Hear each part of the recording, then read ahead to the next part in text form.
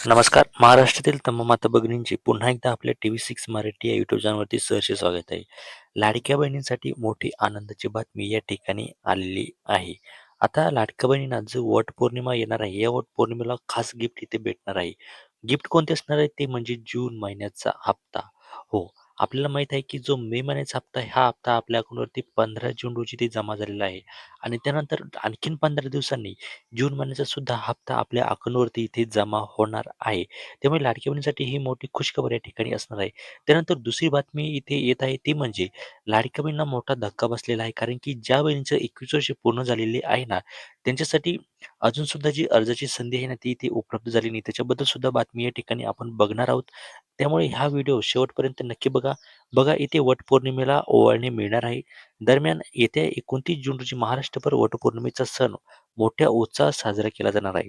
हिंदू संस्कृतीत सुवासिनींसाठी या सणाला विशेष महत्त्व आहे. याच पार्श्वभूमीवर सरकार वटपौर्णिमेचा मुहूर्त साधून महिलांच्या खात्यात जून महिन्याचे ₹1500 जमा करण्याची शक्यता इथे वर्तवण्यात येत आहे. बघा, वटपौर्णिमेचा सण आहे ना, हा महिलांसाठी खूप खास सण असतो आणि त्या निमित्ताने इथे ₹1500 जून महिन्याचे ₹1500 लाडक्या बहिणींना इथे देण्यात येऊ शकतात. सणासुदीच्या काळात हप्ता मिळाल्यास महिलांना त्याचा सणाचा साजरा करण्यासाठी आणि घरगुती खर्चासाठी मोठा आधार इथे होणार आहे.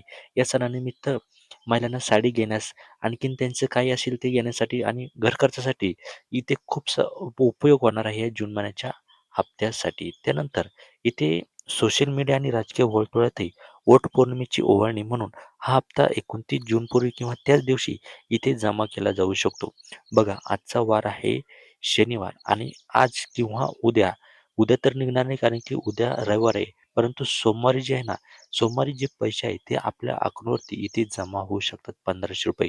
कारण की आपल्याला माहिती आहे की मागचा हप्ता सुद्धा इथे खूप साऱ्या लाडक्या बहिणी इथे जी-आर न निघताच त्यांच्या अकाउंटवरती इथे जमा झालेले आहे.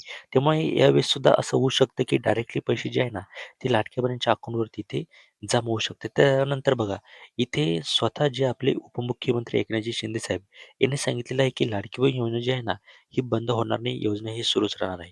त्यानंतर महत्त्वाची बातमी म्हणजे लाडक्या बहिणींना मोठा धक्का इथे बसलेला आहे. कारण की 21 वर्ष ज्या लाडकी बहिणींची इथे पूर्ण झालेली आहे, त्यांना अजून सुद्धा इथे अर्ज भरण्याची जी संधी आहे ना, ती इथे उपलब्ध झालेली नाहीये. बघा, लाडकी बहीण योजनेत आणखीन एक महत्त्वाची समस्या आलेली आहे. ती म्हणजे योजना सुरू झाली तेव्हा 19 ते 20 वर्षाच्या असलेल्या अनेक तरुणी आता 21 वर्षाचे झालेले आहेत. नियमानुसार त्या योजनेसाठी पात्र आहेत. पण नवीन अर्ज प्रक्रिया सुरू नसल्यामुळे त्यांना अर्ज करता येत नाही. त्यामुळे बऱ्याच पात्र तरुणींना या योजनेच्या लाभापासून वंचित राहावे लागत आहे. पडताळणी दरम्यान अनेक महिलांचा लाभ बंद झालेला आहे. काही महिलांनी ई-के-वाय-सी पूर्ण करून सुद्धा त्यांच्या खात्यात पैसे जमा होत नसल्याच्या तक्रारी आहेत. त्यामुळे महिला थेट महिला आणि बालविकास कार्यालयात जाऊन चौकशी करत आहेत. पण लाभ कधी सुरू होईल याची कोणतीही अधिकृत माहिती अधिकाऱ्यांकडे स्पष्ट नसल्याचं दिसून आलेलं आहे. त्यामुळे राज्य सरकारने नवीन पात्र महिलांसाठी अर्ज प्रक्रिया पुन्हा सुरू करावी अशी मागणी आता महिलांकडून इथे होत आहे. तुम्हाला यावर काय वाटते? तुमच्या काय प्रतिक्रिया आहे? त्या कमेंटच्या माध्यमातून नक्की सांगा आणि आपल्या चॅनलवर जर नवीन असाल तर आत्ताच आपल्या चॅनलला सबस्क्राईब करून घ्या. भेटूया एका पुढच्या नव्या व्हिडिओमध्ये. तोपर्यंत धन्यवाद.